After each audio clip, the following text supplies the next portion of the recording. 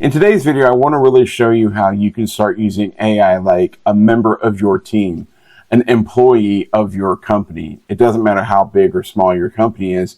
You're going to have a new employee or a new worker that you could use to start getting some of those repetitive tasks off your plate. But first, I want to tell you a quick story about something that happened to me. Back before I really jumped into the world of AI, I was just kind of dabbling with the tool, and I was starting to learn a few things, but really I wasn't very unhappy with what I was getting out of it. So I would try to do things like write an email, and the output came back wrong. It was slightly off. It was just really unhelpful. My first instinct, of course, was to blame the tool. It's ChatGPT's fault. It's Perplexity's fault.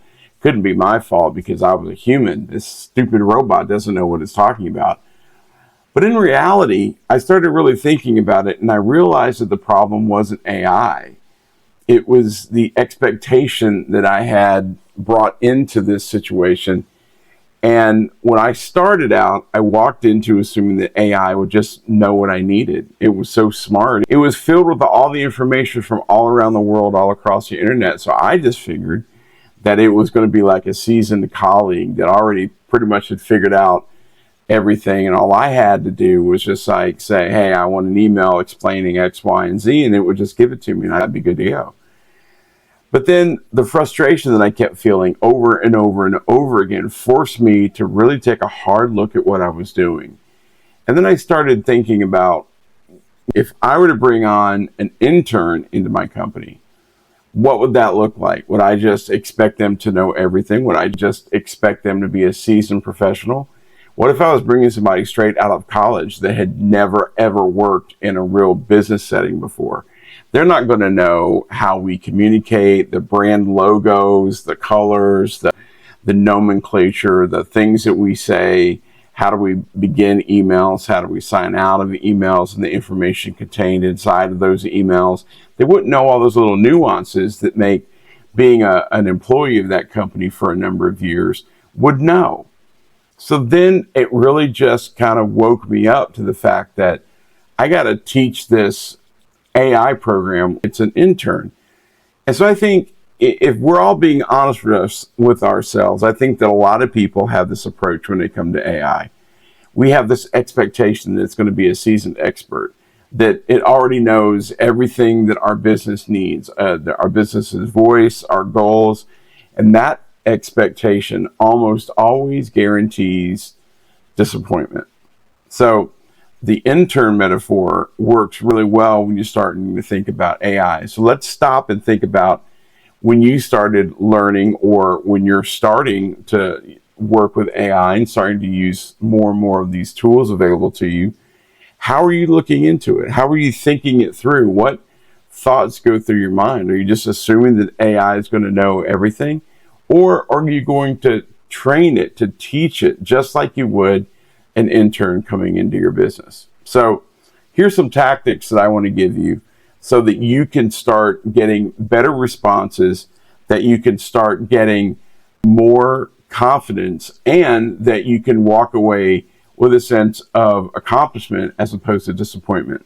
So the first tactic I want to encourage you to do is, before you even open up the program, before you go to ChatGPT or Perplexity or wherever it is you're going to use, define the intended result that you want the tool to accomplish. And you need to think, what does done look like for you? Because without knowing where you want it to go, it's going to be nearly impossible for you to explain it to this computer that doesn't have a clue. You're going to come to it thinking in your mind, well, I want you to do this. But because AI is so worldwide, it could go in a million different directions. So you have to really stop and think about, how would I teach an intern? How would I teach this new employee what done looks like? The things that you have to go through, the expectations you have of, let's look what a completed product looks like. Let me give you some pointers on how we know that this is a good email to send or it's a bad email to send. Let's talk about the PDFs. Do the PDFs look and sound like our company? Do they sound like me if you're doing this as a solo entrepreneur? Does this communicate what you're expecting it to communicate? Once you figure out where done is and what done really looks and feels like for your business, then you can communicate that better to the application, to the AI.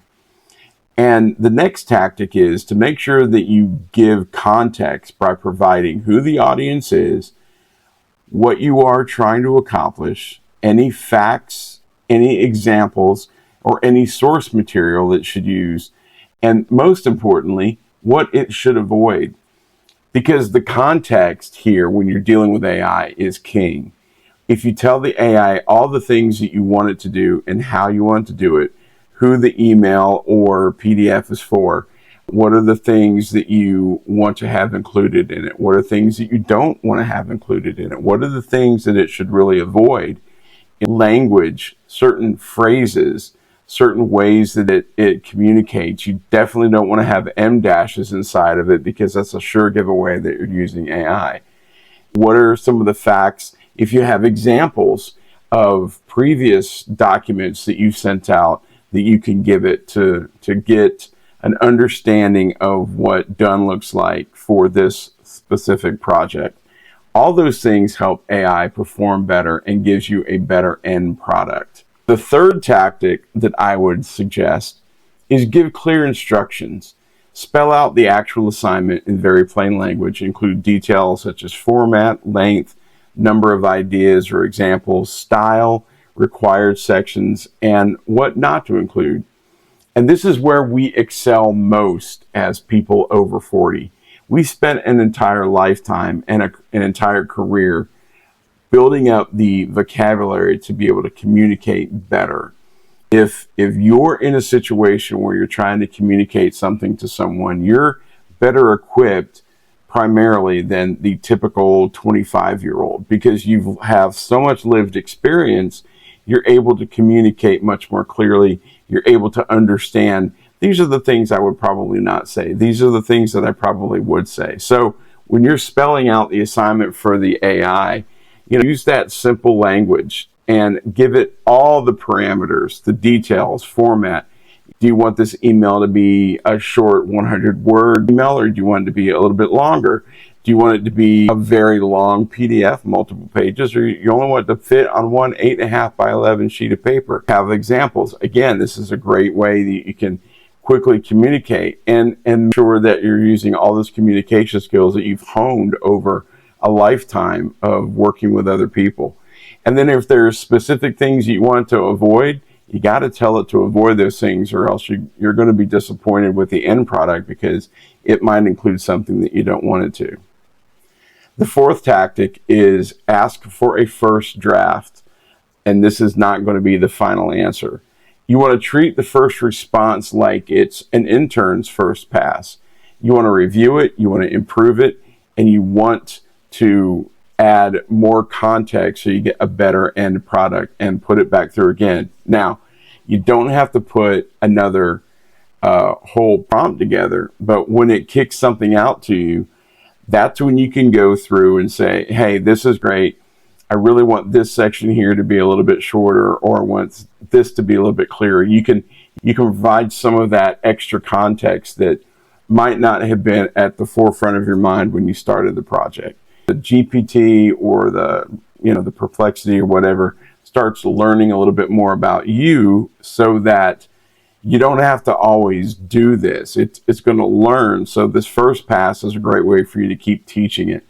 And then the second pass and third pass, you start getting more reps. The AI will start getting better and better with each one. And then finally, what I would do is review and coach. Just like an intern, you want to coach them. You want to teach them, hey, this is really strong here, but this is how it could be stronger, and give it some examples. Because the final result that you want has to be great, because if we're dealing with customers, or we're dealing with inter-office communications, or even if we're just sending things for our own businesses at home, it has to be quality. And the AI doesn't know what quality is until you tell it. So going back to the very first tactic, what does done look like? These first one, the last tactic, they all kind of go together, because what we're trying to do is we're trying to get this AI tool to give us a product that sounds like us, looks like what we would send, feels like what we would send, and just takes the time off of our plate. Initially, not on the front end, but as you start doing more and more of these projects, it'll start sounding like you. It'll start being more representative of who you are and what your company's trying to communicate. In closing, I do have a quick example that I wanted to share with you.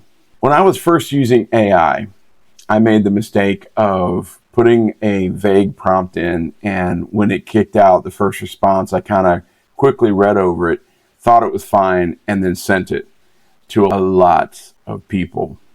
And what wound up happening was my inbox got filled up because I had miscommunicated something that I was offering to people, and they were like, oh, I definitely want to take advantage of this. This is great. So instead of me selling a product where I was going to make lots of money, potentially, I wound up having to stick to my guns and give something away that I'd been working on for a long time because I'd sent an email that made the promise, and I wasn't going to go back on that promise.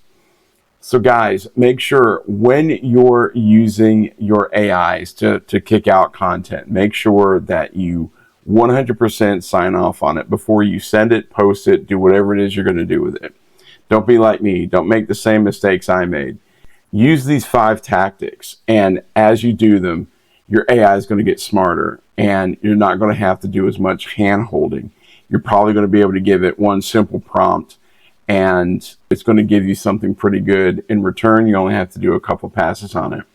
But let me give you a little bonus tip. This is the bonus or tip number 6.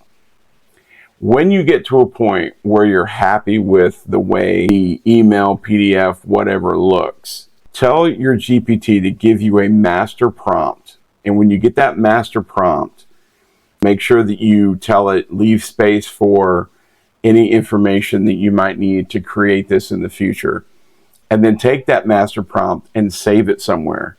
I have several prompts that I use over and over again to maintain the emails, Facebook posts, Instagram posts, all the things that I do, I have prompts for because I've worked them over and over and over again. And I've taught my AIs what I'm looking for, what done looks like, what good and done looks like. Remember that.